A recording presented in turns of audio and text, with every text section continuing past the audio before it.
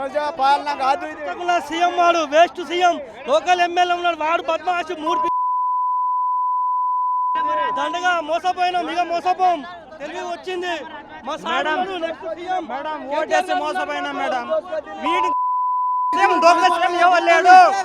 మాకు దొంగ సీఎం దొంగ సీఎం దీన్ని నమ్మి విన్నమి మాకు మిండ ముంచేసిండు. ఎందుకంత ఆవేదనగా ఎందుకు చెప్తున్నా కాదండి, రైతు బంధు సరిగా 20%, 80%, 100%, 25% చేస్తే మిగతా పెట్టుకోవాలండి.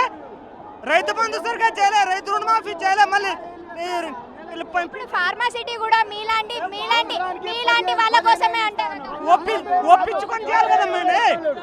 ఒప్పించుకొని ఇప్పుడు రైతులకు చెప్పి ఒప్పించుకొని చేయాలి కదా. అక్రమంగా లాక్కోవడం ఎందుకండి? అక్రమంగా లాక్కొని ఏం బీక్తారు వీళ్ళు? దొంగలు ఇలా ఉన్నోళ్ళు అందరు దొంగలు. ఎట్లుంది రేవంత్ రెడ్డి పాలన మంచిగా అనిపిస్తుందా? ఏం వాని చెత్త పాలన, అది ఎస్టు పాలన, ఎస్టు పాలన, పెద్ద దౌర్జం ఎస్టు పాలన.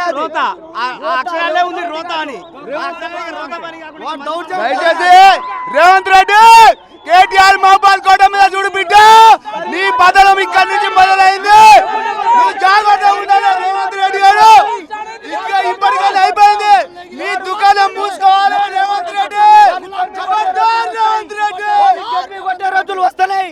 వానికి ఎదిమి కొడతాం, ప్రజలకు ఎదిమి కొడతాం. గడ్డ మీద అడుగు పెట్టగానే రేవంత్ రెడ్డిని ఇక్కడ ఉన్న బేరేస్ నాయకులు కానీ, లేడీస్ కానీ, జెంట్స్ కానీ ఎవరైనా కానీ చెప్పుదలు కూడా రెడీగా ఉన్నారు. అది ఆయన అరెస్ట్ చేసుకోవచ్చు, ఏమైనా చేసుకోవచ్చు. మీరు దానికి కాంగ్రెస్ నాయకులారా, రాళ్ల దెబ్బలు మా కొట్టుడు మీకు పడతాయి. చాలా వరకు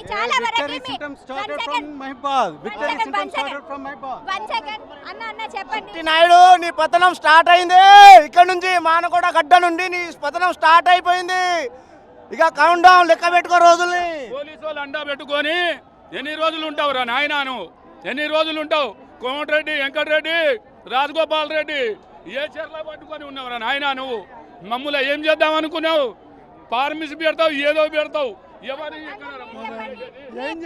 మీ పొలాలలో బాతులు ఇవన్నీ గుడ్లు పెడుతున్నాయి అంటే నిజమేనా? మొత్తం పెడుతూనే ఉన్నాయి. మేమే నెత్తిన మన్ను పోసుకొని కూకొని ఉన్నాం. గుడ్లు పెడతాను రేవంత్ రెడ్డి చెప్పిండా? వాని బొంద పెడతాం ఫస్ట్. ఇప్పుడు ఆయన ఏమనుకుంటాడో ఫస్ట్ వరంగల్ సభలో చెప్పడం జరిగింది కదా, అక్కడ వాళ్ళ పొలాలు వరంగల్ వచ్చి ఏం పీకిండు ఆయన?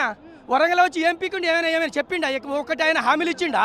ఒక్క పొద్దు ఆయన హామీలు ఇచ్చిండా? ఒక్క హామీ అని వచ్చి ఇచ్చిండు ఆయన?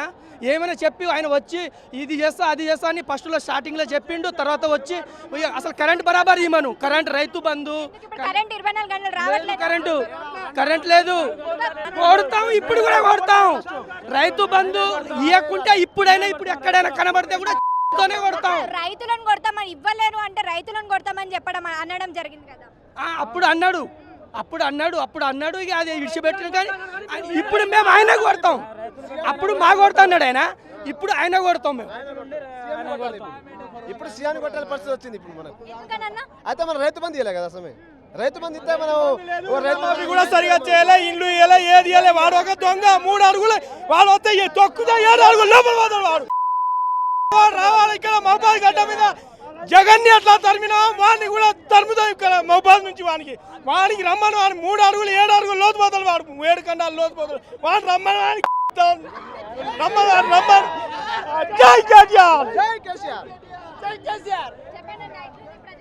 మేడం, రాష్ట్రానికి మార్పు కావాలన్నారు. మార్పు పోయి 6 గ్యారెంటీలు పోయి అవినీతి మొత్తం అవినీతి అయిపోయింది మేడం. మీరు 6 గంటల దృష్టిలో మాకు సన్నకారు రైతులు మొత్తం ఫార్మాసిటీలు పెట్టడం, అదే జనాలు మొత్తం అహంకారం చేస్తున్నాడు. నాకున్న 4 ఎకరాలు మేడం, నాది కూడా పోవడానికి సిద్ధంగా ఉన్నది. ఇది చేయడం కరెంట్ ఆయన దృష్టి అంటే 6 గ్యారెంటీ మీద పెట్టాలి, కానీ మా మీద కాదు. మా మీద అహంకారం చేస్తున్నాడు. మార్పు కావాలని ఆగమైపోయింది జనాలు. ప్రతి ఒక్క సన్నకారు రైతు చచ్చిపోయారు. 10 ఏళ్ల పాలన కేసీఆర్ ఉన్నప్పుడు ఒక కన్నతల్లి ఎట్ట చేసుకుందో కొడుకుని అలా చూసుకున్నాడు రాష్ట్ర సీఎం కేసీఆర్. జై తెలంగాణ. ఇది కేసీఆర్ అంటే. జై తెలంగాణ. మేడం, మీరు లేడీ యాంకరు, నేను ఒకటి చెప్తాను. నేను వస్తే 1,00,000 రూపాయలు, గతం 1,00,000 రూపాయలు. నేను ఒక మహిళకు, ఒక ఆడబిడ్డకు 1,00,000 రూపాయలతో తులం బంగారం ఇస్తాను. అది ఫస్ట్ పెట్టమనండి. ఫస్ట్ అది పెట్టమని. నేను అధికారంలోకి వస్తే 1 లక్ష రూపాయలు ఇస్తా, తులం బంగారం ఇస్తా. ఇప్పటికి వరకు మా కేసీఆర్ ఇచ్చిన లక్ష్మీ కళ్యాణే పెడతాడు. తులం బంగారం ఫస్ట్ చేయండి. ఇది మీరు ఖచ్చితంగా మీ టీవీలో స్టోర్ చేయాలి.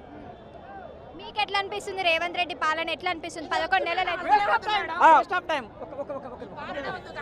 దురదృష్టం. ఏ విధంగా అంటే 20 ప్రతి మహిళకి 200 ఇస్తున్నాడు. ఏది రైతు బంధు ఇస్తున్నాడు. కేసీఆర్ ఇక్కడే మీటింగ్ పెట్టి హరీష్ రావు గారు మీటింగ్ పెట్టినప్పుడు ఆయన చెప్పిండు టింగు నాకు డబ్బులు పడతాయని చెప్పిండు. దాన్ని కాసుగా తీసుకొని రైతు బంధు ఆపిర్రు కోర్టుకు పోయి. అది ఆగిపోయింది. ఇప్పుడు లాస్ట్ క్రాప్ రాలే, ఇప్పుడు క్రాప్ రాలే, రైతు బంధు పడలే. ఒకటి 20,000 ఇవ్వాలి, 4,000 పింఛన్ అన్నాడు.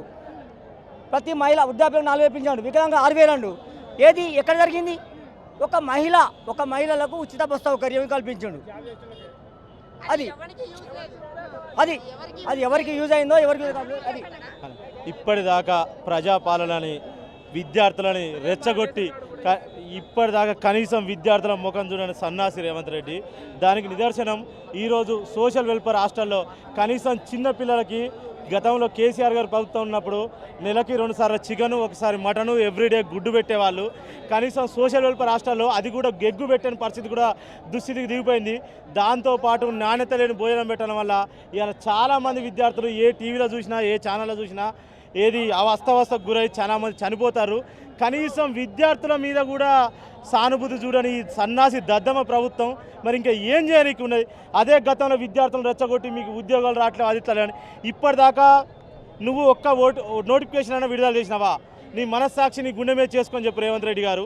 ఇప్పటిదాకా విద్యార్థులను రెచ్చగొచ్చి గతంలో కేసీఆర్ గారు ఇచ్చిన నోటిఫికేషన్ ద్వారానే ఇప్పుడు నువ్వు పత్రాలు ఇచ్చి నేను ఇచ్చినా అని ఎవరికో పుట్టిన కొడుకు నా కొడుకు అని నువ్వు సంబరపడుతున్నావు. కానీ అది నీ దుర్మార్గ పాలన. అదే విద్యార్థులు తిరగబడతారు, నీ ప్రభుత్వానికి చెరమగిదం పడతారు. విద్యార్థులు కనీసం మొన్నటిదాకా చూసుకుంటే ప్రభుత్వానికి ప్రైవేటు వ్యక్తులు అద్దె భవనాలు ఇచ్చిర్రు, భవనాలు లేక ఆ అద్దె భవనాలు ఇప్పటిదాకా ప్రభుత్వం 1 సంవత్సరం బట్టి అద్దె కట్టేయకుంటే వాళ్ళు తాళాలు వేసుకుంటే ఆ ఇంటి ఓనర్ల మీద కేసులు పెట్టు. అంటే తన సొంత ఆస్తి నీకు అద్దెకిచ్చి ప్రభుత్వాన్ని మీద కేసు పెట్టుకోవాలన్నా? ఇదా నీ దుస్థితి? దానిలో నేను ఒక బాధ్యుడిని. దీని చాలా దుర్మార్గమైన ప్రభుత్వం.